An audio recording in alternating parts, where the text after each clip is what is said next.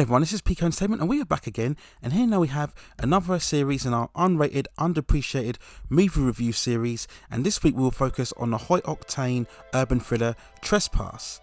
This was released in December 25th, 1992. It stars Bill Paxton, William Sadler, Ice-T and Ice Cube, and was directed by acclaimed director Walter Hill. The setup within Trespass is that we have the story of two firemen from Arkansas, played by both Paxton and Sadler, who are trying to save an old man in a burning building, and as the man is deluded and he runs into the fire, he hands them over a map which leads to an abandoned building and contains a massive stash of gold and treasure.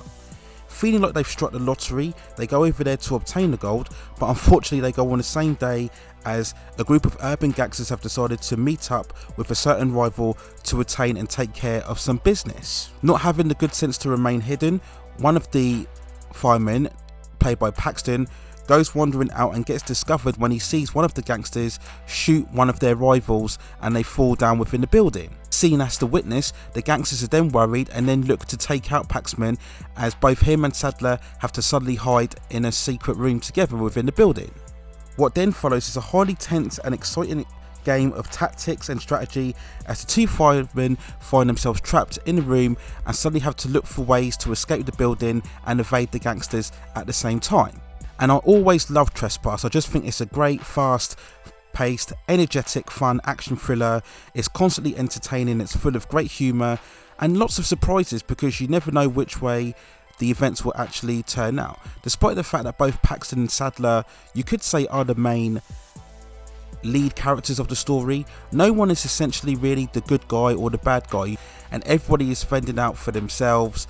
And that's what I love about this film. It's a very much of an ambiguous feel towards it, not really arcs to root for anyone. It's just a case of you're putting these great, toxic and very abrasive personalities all within a closed environment, and then you're just letting all the carnage involved, and it really is fun and entertaining to watch.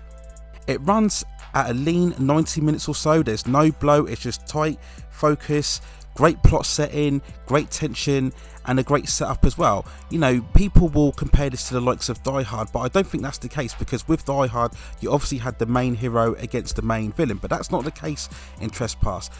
And what I love about it, it's full of quick twists and turns and double crosses, and it really has that unpredictability about it which resets itself all the way out towards the end of the movie, and I think that's what makes it so great to watch. The action is very short, sharp and focused, really what you would expect in a typical style from acclaimed director Walter Hill. If you know his movies, and we look at the likes of the iconic street gang war movie The Warriors in 1979, you then have Eddie Murphy's great debut in 48 Hours in 1982, starring both him and Nick Nolte.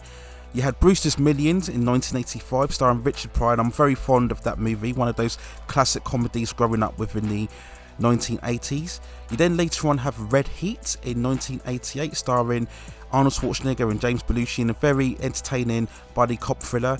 Most recently in his career, or near the end of his career, he had the likes of Last Man Standing in 1993, starring Bruce Willis and Christopher Walken, and that's a very underappreciated movie, and I will also review that later on within this series. It's also helped, I think, Trespass by all the actors involved. So in the main leads, as I mentioned before, we have both Paxton and Sadler, and together I think they're great. Sadler is really the more hardened personality, he's the more resolved, he's absolutely determined to get the gold no matter what. We established very on that he's split with his wife and he's got mortgage and other bills to pay, so he's not going to relent in his quest to find the gold.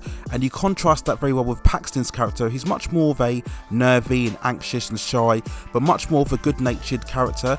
He wants the gold also, but he's not prepared to do it at any means necessary, and we get funny scenes throughout where he's constantly suggesting that they go to the police, and he's trying to get the police involved, and Sadler's knocking him out because he's so desperate for the gold. So I love the dynamic that was played off both actors, and they did very well in their roles as well.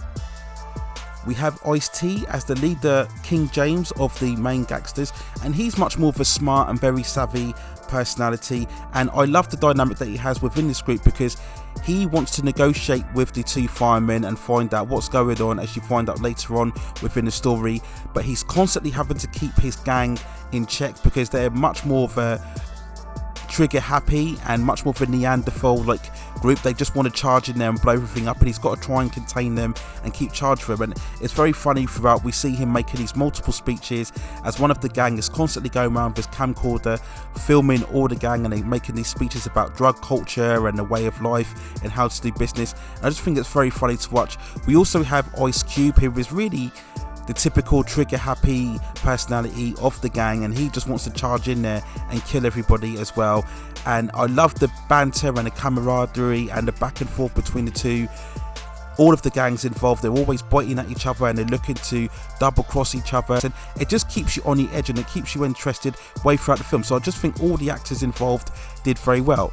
Another standout performance for me is by Art Evans, and he plays the old homeless guy who is living in the building, and then all of a sudden he gets caught up in this situation. Now, he's not a big actor, but if you know your movies, you'll know that he also played Barnes' character in Die Hard 2 alongside Bruce Willis.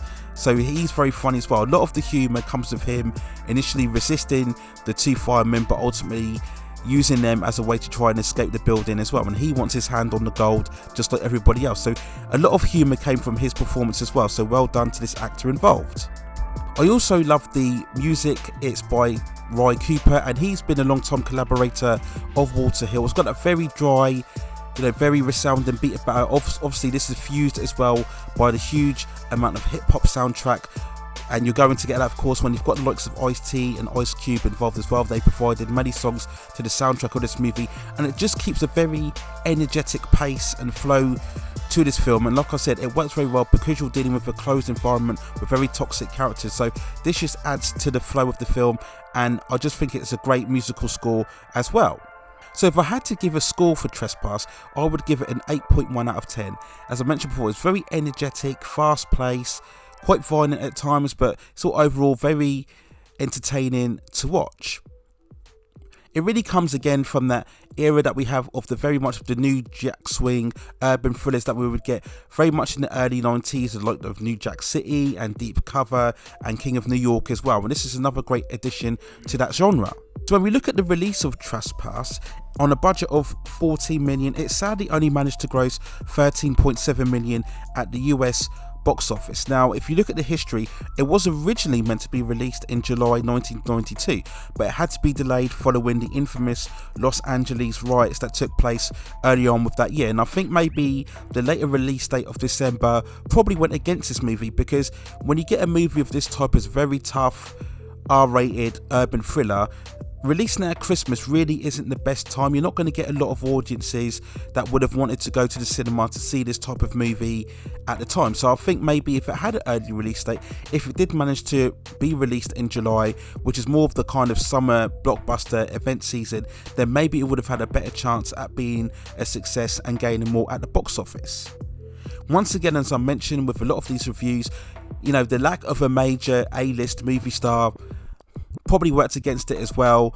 The likes of Bill Paxton and William Sandler, they were more, if you like, supporting players. If you go through a lot of the classic movies, a lot of the action movies throughout the 80s and 90s, you'll probably see them involved, but you don't really hear of their involvement because they're more supporting players. So if you had a much more of a recognised A-list movie star headlining this movie, then it may have garnered the movie more success at the box office as well.